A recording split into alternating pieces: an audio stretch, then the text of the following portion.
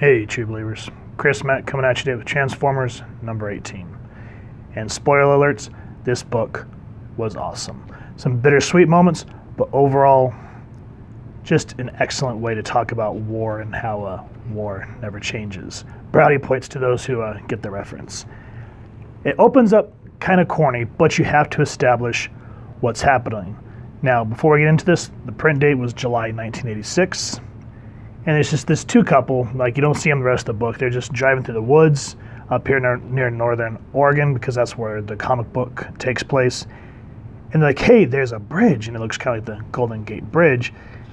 And when they go to drive across it, they're just like, hey, let's go across it since this is new or whatever, And we open up to a gorgeous splash page, which kind of has that very akin to the Kirby crackle.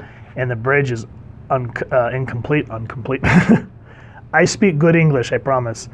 But you see how they have to make a quick U-turn there because they're about to go flying off the chasm. And this is aptly called The Bridge to Nowhere. The creative team on this was Bob Badowski, writer, Don Perlin, penciler, Williams Corletta doing the inks, Janice Chiang doing the lettering, Neil Yomtom colorist, Mike Carlin was the editor, and then at this time Jim Shooter was editor-in-chief. Now this bridge that leads to nowhere actually leads back to planet Cybertron.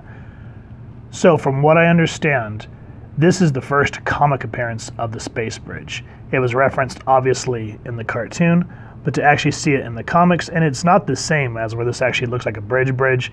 The space bridge in the show was just kind of like this ring that people would drive into, and it was stable. As we're here, this is what you find out is this area of Cybertron is ruled by a very ruthless dictator named Stratix, which from this very far away perspective you'd think doesn't look that menacing. But what he's doing is he forces each of his minions to go collect the body of the first robot that died on the bridge. And then, of course, next thing happens, he dies. And then there's Stratix looking a little more menacing, and he goes, Shrapnel, clean up that mess, now. But my lord, and I kind of like how these two Transformers here in the back are just have that look of terror because they know what fate has in store for them if they decide to do what Stratix wants. And so for the heroes of this book, so this comic doesn't really take place on Earth where, what's his name, Optimus Prime and the majority of the original cast take place. This is up on Cybertron. So here we have Powerglide and Blaster, who are two of my favorite Transformers. I remember them from the show, but seeing them in the books makes me smile.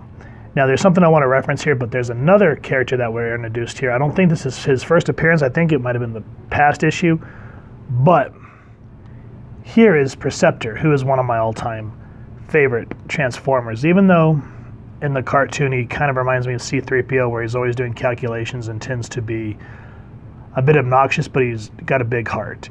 Here, he still has a big heart, but he kind of reminds me of Ultra Magnus in a sense, because Blaster's saying I've located where the Decepticons have taken Shrapnel, how they've forced him to take the space bridge, and I like how, what's his name? Preceptor here is just saying that we don't have time.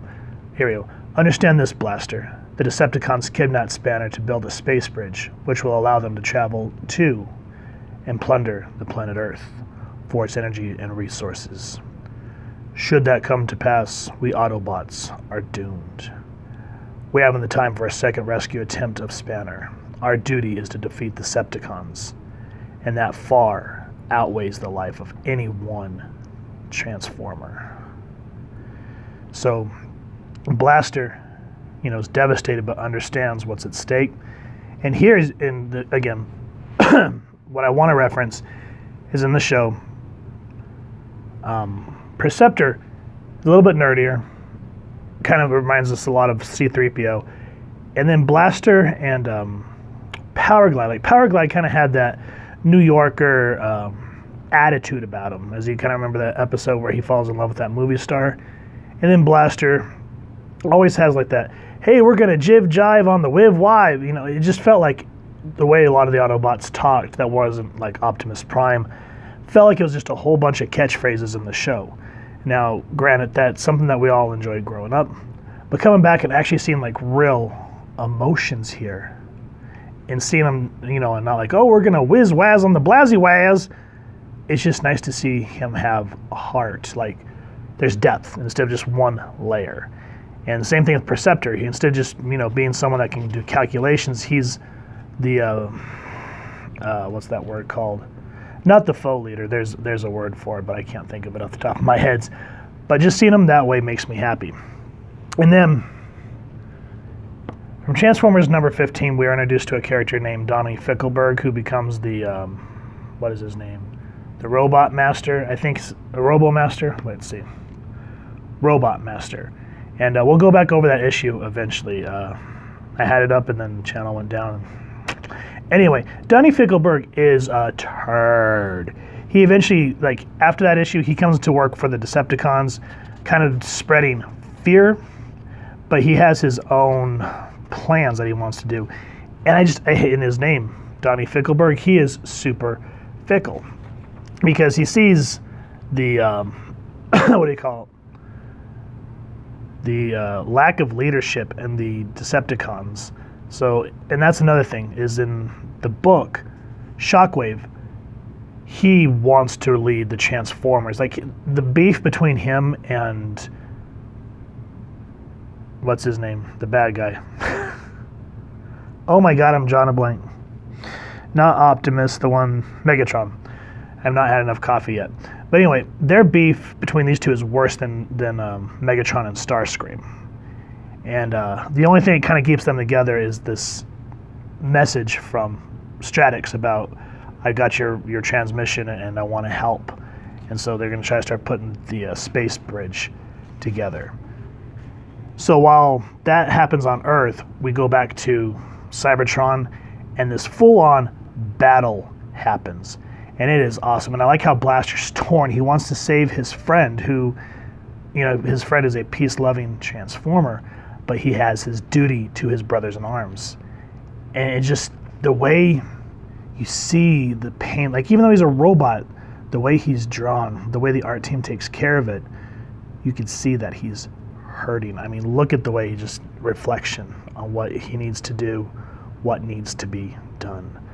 Now for the space bridge, I love this artwork. This reminds me of like old school Kirby work that you'd see like in the Fantastic Four. There is, pun intended, more than meets the eye when it comes to the space bridge. What is it?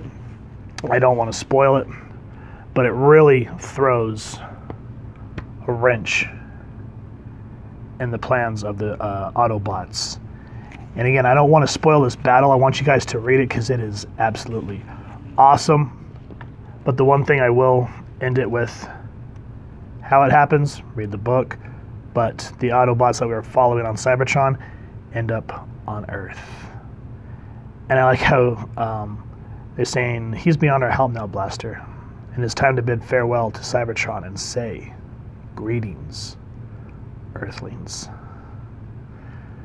So this particular issue stands out in my mind because Bob Badowski, when they were interviewing him for The Toys Who Made Us, when they were talking about the creation of the toy line and how Hasbro met with Marvel to make the comic book in order to promote the show. The same thing they did with G.I. Joe and Larry Hama.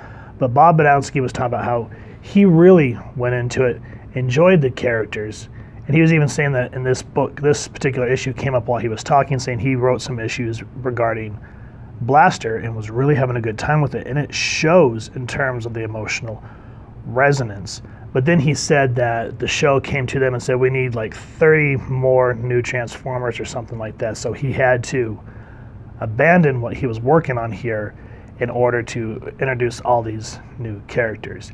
And he said as a writer, that's very frustrating, which I can 100% empathize with.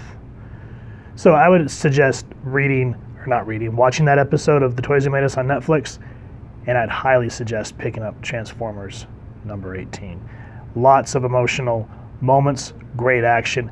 everything that you want in a comic book. So please, if you have liked this, first and foremost, support your local comic shop and see if you can get a copy. If you've enjoyed this review, we really would appreciate if you take a moment to hit like, share, and subscribe. And if you wouldn't mind hitting that fancy little Autobot bell next to subscribe, that way as we continue to upload content, you guys can get notified. Come to the channel, and we love talking with y'all and hearing your feedback and just yapping with y'all down in the comments below or our social media pages, which I'll make sure to leave the links down below. So with all that said, thank you so much for stopping by. Hope you all continue to have an absolutely amazing day reading, and happy hunting, true believers.